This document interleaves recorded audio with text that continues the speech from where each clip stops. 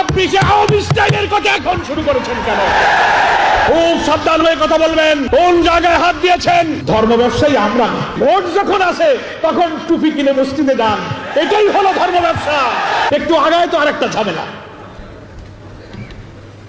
ফলে বাংলাদেশের সরকার, অন্তর্বর্তীকালীন সরকারকে একটি অবাধ, একটি নিরপেক্ষ গ্রহণযোগ্য নির্বাচনের পথে যেমন ষড়যন্ত্র আছে, তেমনি আওয়ামী লীগ পতিত স্বৈরাচার বিদায় নেওয়ার পরেও এখন আওয়ামী লীগ রাজনীতির ময়দানে নেই, তারা পালিয়ে গেছে। 300 এমপি, এত মন্ত্রী কেউ খুঁজে পাওয়া যাচ্ছে না। ওরা জামাত ইসলামীকে যেভাবে দমন করে ফাঁসি দিয়ে আওয়ামী স্টাইলে জামাতের বিরুদ্ধে লেগেছিল, আওয়ামী লীগ রাজনীতির ময়দান থেকে হারিয়ে গেল। এখন নতুন করে ষড়যন্ত্র হচ্ছে, শুধু দেশের বিরুদ্ধে নয়, জামাতের বিরুদ্ধে আওয়ামী স্টাইলে বিরোধিতা শুরু হয়েছে। আমরা এই সমস্ত ষড়যন্ত্রকারীদের বলতে চাই, আওয়ামী লীগ ক্ষমতা রাজনীতি থেকে বিদায় নিল, আপনারা যারা আওয়ামী স্টাইলে আবার জামাতের সমালোচনা শুরু করেছেন, আপনাদের কথার বন্ধ থেকে, কথার ভেতর থেকে কিন্তু ফ্যাসিবাদের গন্ধ পাওয়া যায়। ওরা জামাত ইসলামীকে ধর্ম ব্যবসায়ী বলেছিল, ওরা স্বাধীনতা বিরোধী বলেছিল, ওরা ৭১ বলেছিল। আপনি সে আওয়ামী স্টাইলের কথা এখন শুরু করেছেন কেন?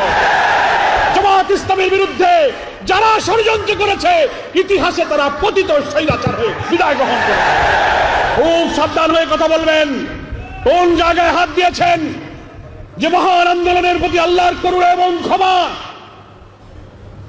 বড় বড় শক্তিধররা এই আন্দোলনকে নির্মূল করার চেষ্টা করে নিজেরাই নির্মূল হয়ে গেছেন।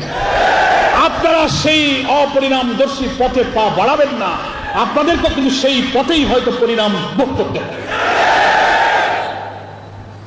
ধর্ম ব্যবসায়ী আমরা না, আমরাই বরং ধর্মকে মানি এবং ধর্মের ভিত্তিতে, ইসলামী আদর্শের ভিত্তিতে জীবন গড়ি এবং সমাজ গড়তে চাই। আমরা ধর্ম ভিত্তিক রাজনীতি করি। আর যারা ব্যক্তিগত জীবনে, পারিবারিক জীবনে, সামাজিক জীবনে ধর্ম মানেন না, কিন্তু ভোট যখন আসে তখন টুপি কিনে মসজিদে যান, এটাই হলো ধর্ম ব্যবসা।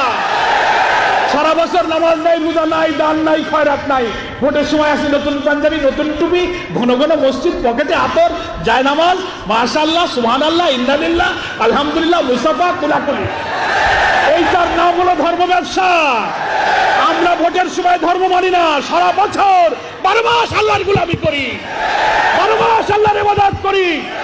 ভোটের মৌসুম সামনে রেখে যারা ইবাদত করেন, তারাই হচ্ছেন ধর্ম ব্যবসায়ী।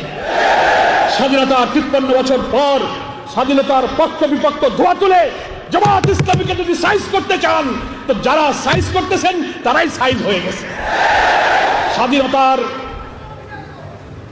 53 বছর পর